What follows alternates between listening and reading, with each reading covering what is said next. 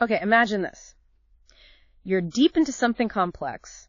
Everything's running like clockwork. And then, bang, something totally unexpected hits you. Yeah, like a system failure or conditions suddenly changing. Exactly. Or maybe even, multiple things going wrong all at once. How do you actually react when you get that curveball?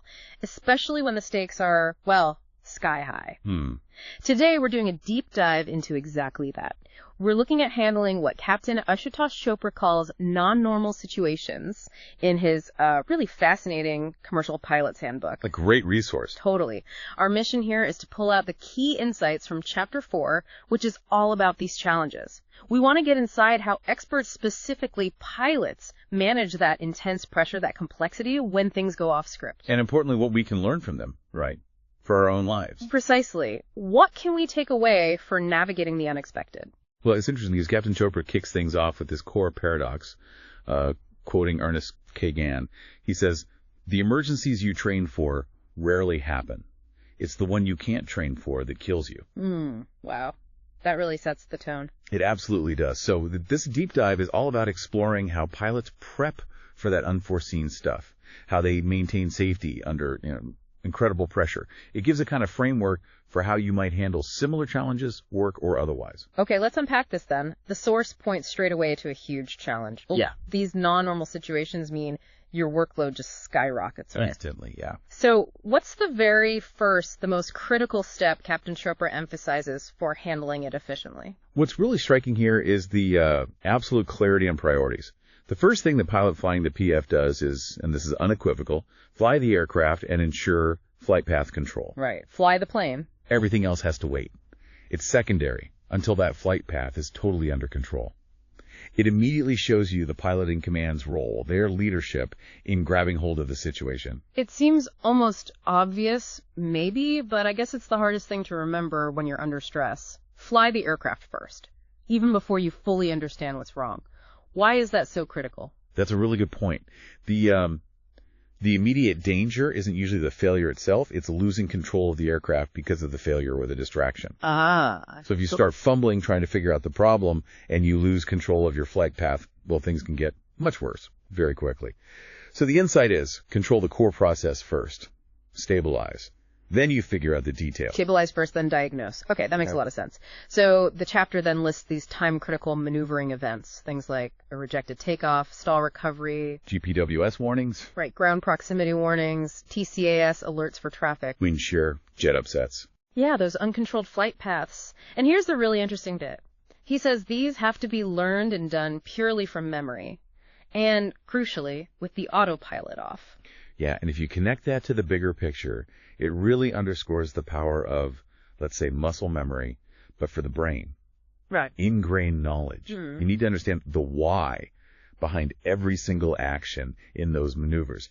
That allows for what he calls subconscious instinctive behavior. So it's not just rote learning. Not at all. Captain Chopra really pushes practicing these, not just in the sim, but also armchair flying, mentally rehearsing them until they're absolutely second nature. Like an athlete visualizing. Exactly like that. And he raises a critical question. If you can't nail these instinctively on the ground in your armchair, your chances of doing it right under extreme stress in the air, well, he says it's doubtful, to say the least. That's a sobering thought. It is. He even gives a rough estimate.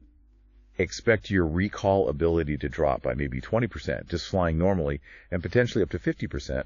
When you're under serious stress. 50%, wow. Yeah, it just highlights the sheer amount of practice needed to make it truly instinctive. Okay, so that covers the immediate response, the foundational stuff for known non-normal situations. But what about that quote?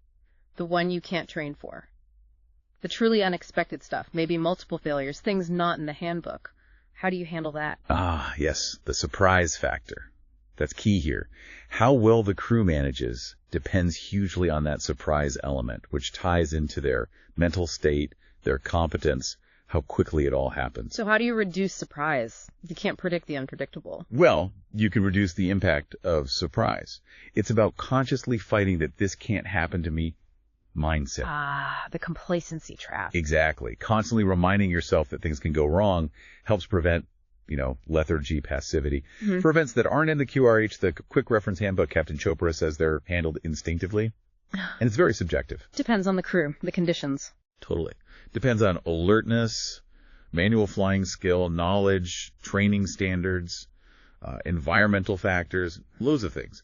But ultimately, he says, certain fail-safe habits and the crew's mental preparedness to anticipate are crucial for staying safe. Fail-safe habits? Like what? Well, things like having deep system knowledge, maybe a bit of a suspicious nature, not being afraid to question things, high training standards.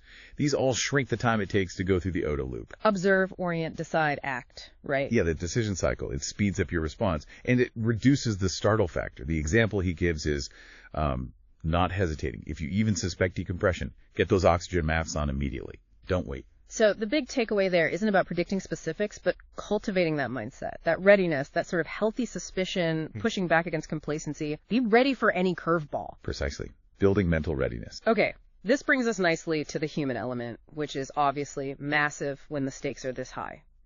Captain Chopra really emphasizes collective action, teamwork. What does the source say about how pilots actually, communicate and confirm things? Yeah, this is fundamental to CRM crew resource management. It's all about mutual agreement.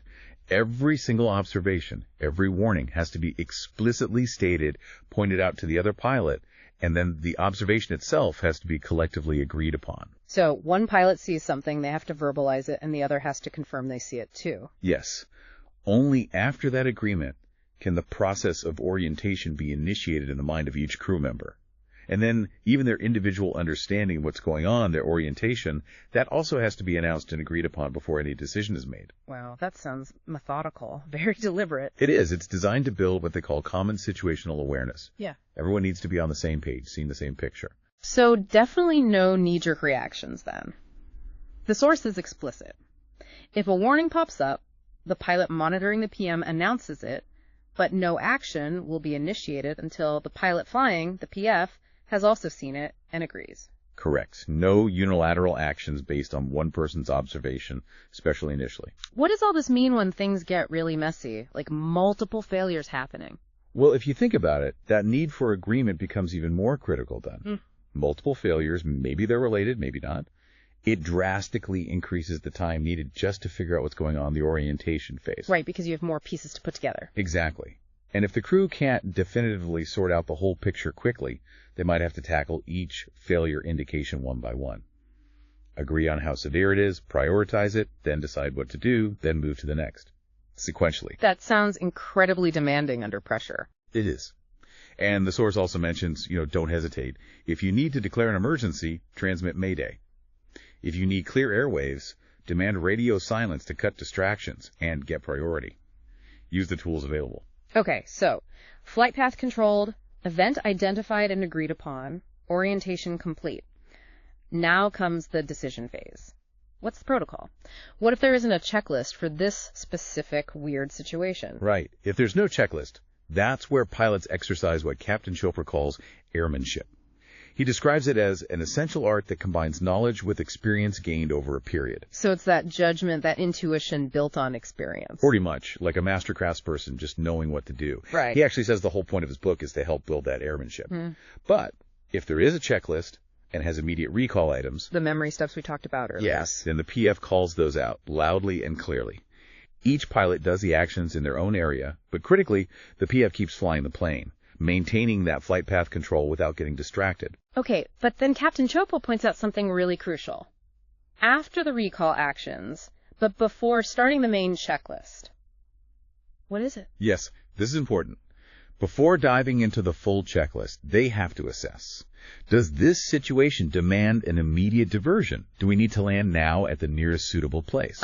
Thinking ahead. Exactly. He warns, there is no point in discovering at the end of a checklist that a diversion was warranted.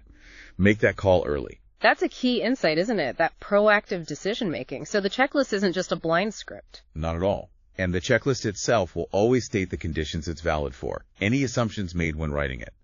Crews have to consciously guard against making mistakes. Yeah. Like calling for the wrong checklist or not checking the conditions apply or skipping steps or, picking the wrong path if the checklist branches. So it requires thinking, not just reading. Critical thought, absolutely. Context is everything. Yeah. But it's not totally rigid either, right? The source mentions having in-depth familiarity with the checklists gives crews a massive advantage. They can make an informed decision to maybe pause the checklist briefly, or between checklists, to evaluate other things. Strategic pausing, you called it. Yeah, that's a good way to put it. Mm-hmm. Strategic pausing. These pauses are really valuable. They let you take stock of the situation, update your mental model of the aircraft's status, and basically increase your situational awareness, your SA, by stepping back to see the big picture. So while you're running the checklist, the PF keeps flying, the PM calls out the steps. PF handles the radio. And they both monitor each other, making sure they understand the implications of what's being read and done, not just robotically calling and responding. Precisely. Understanding, not just reciting. And this raises that interesting question.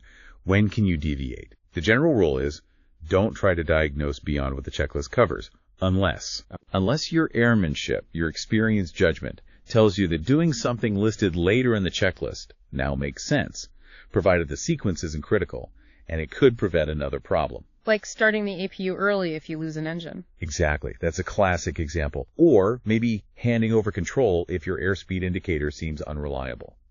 But crucially, he also stresses, finishing a checklist should never delay landing in a really dire situation, unless completing that checklist is absolutely necessary for the approach and landing itself.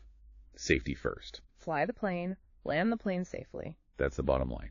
So when it all comes down to it, what does Captain Chopra conclude makes the real difference when things properly go wrong? Well, looking at the bigger picture, he points out that accident and incident investigations consistently show the same thing. Well-trained crews, acting with professional discipline, usually handle even grave, time-critical emergencies correctly. So training and discipline. Yes, and a common factor is what he calls flight deck discipline, resulting in good crew coordination and good decision-making due to very high levels of situational awareness. It all links together. It's all interconnected. And when multiple things happen, when the workload piles up, he says, all endeavor must be made to focus on maintaining flight path control. Airmanship comes into play for prioritizing tasks, and you must ensure the safest course of action is always taken. Preparation, discipline, teamwork, they all reinforce each other. He even provides a summary, doesn't he? Like a flow chart. Fig 4.1, handling non-normal situation. He does. It lays out the core sequence. Let's run through it quickly. 1. Fly the aircraft. Maintain or establish flight path control. Step 1. Always. 2. Identify and confirm the event. Get that mutual agreement. Critical. 3. Recall actions if there are any memory items. The immediate stuff. 4. Prioritize tasks. Decide what matters most now. Manage the workload. 5. Assess immediate implications. What does this mean right now? Short-term consequences. 6. Perform checklists. Methodically work through them. If applicable, and thoughtfully. 7. Discuss further implications on the flight. Think longer term. What happens next? 8. Evaluate the end state and assess options. Where are we now? What can we do? Reevaluate the big picture. And finally, 9. Recover to a suitable airfield. Get on the ground safely. The ultimate goal. Wow. What a fascinating deep dive into managing that kind of, controlled chaos.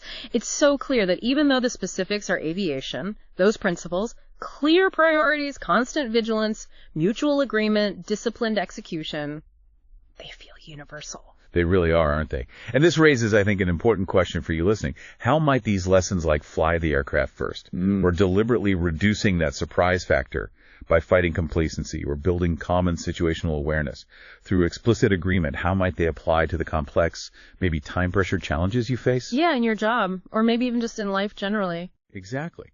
Where might you need to do some armchair flying for your own critical scenarios? Something to think about.